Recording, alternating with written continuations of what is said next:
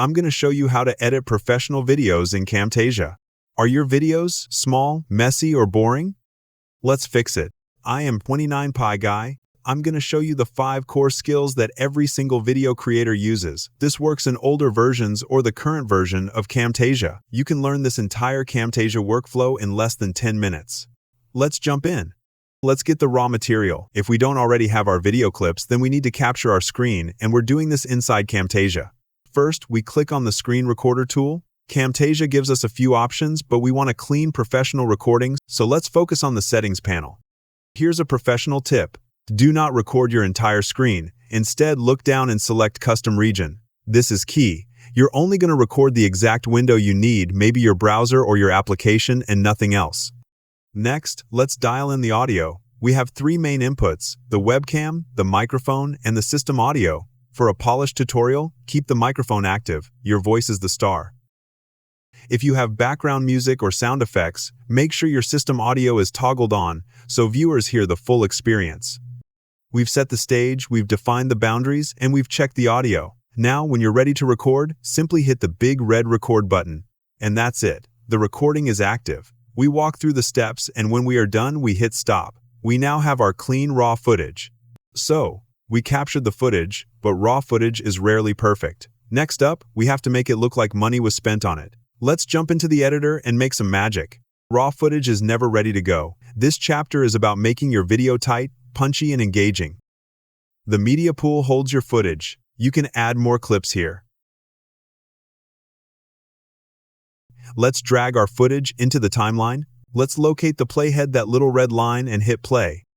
Watch the video. See those long pauses? The boring bits? The ums and uhs. We need to cut those out. This is where the single most useful tool in the entire program comes in: Ripple Delete. Instead of hitting just delete and leaving a gap, you select the bad clip and press Ctrl plus backspace, or on a Mac, Command and Delete. See how the video immediately compresses? It automatically shifts all remaining clips forward to fill that empty space. Your momentum never stops. That is what makes your edit professional. Another essential trick is splitting. If you need to pull out a specific 5-second segment from the middle, use the split tool. Now here is a key tip. When you're making a cut, use the waveform view. The audio waveforms tell you exactly when the speaker pauses, and those are your perfect cutting points. And by combining trimming, splitting, and the ripple delete, we have taken a rough recording and created a tight, clean story. But a clean story isn't enough. Now we have to make it look spectacular, and that leads us to the art of the design, or making things fancy. We are now in the professional look phase. A clean timeline is great, but we're going to draw the eye, add movement, and clean up the audio. To guide attention, use animations, zoom and pan, and drag the scale slider up. And, if it's really important, drop a shape or arrow over your target. Change the color to red in the Properties panel, and now your viewer's attention will focus on the important elements of your video.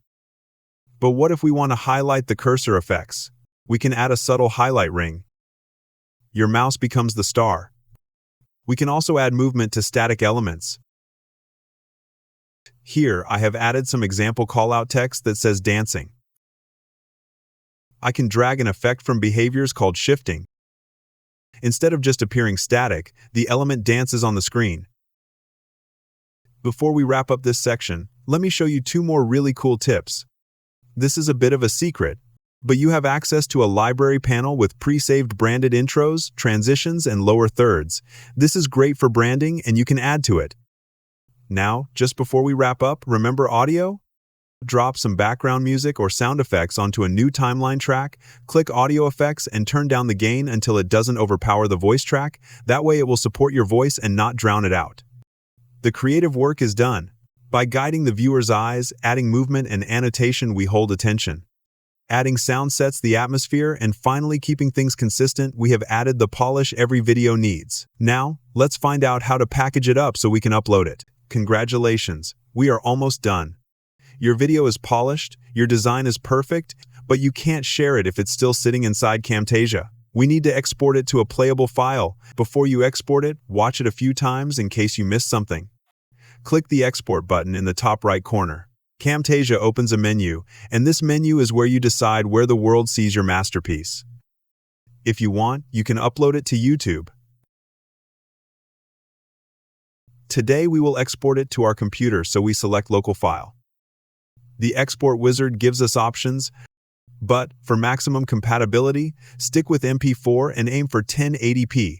Choose a file name and save location and export your video.